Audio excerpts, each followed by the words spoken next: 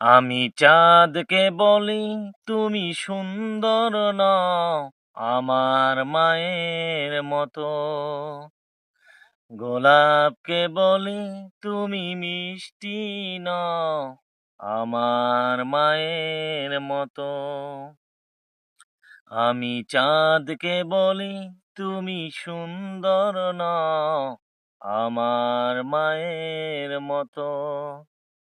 গোলাপকে বলি তুমি মিষ্টি নও আমার মায়ের মতো। মা যে আমার সবার সেরা, মা যে আমার সবার সেরা, অনন্তকাল অবিরত।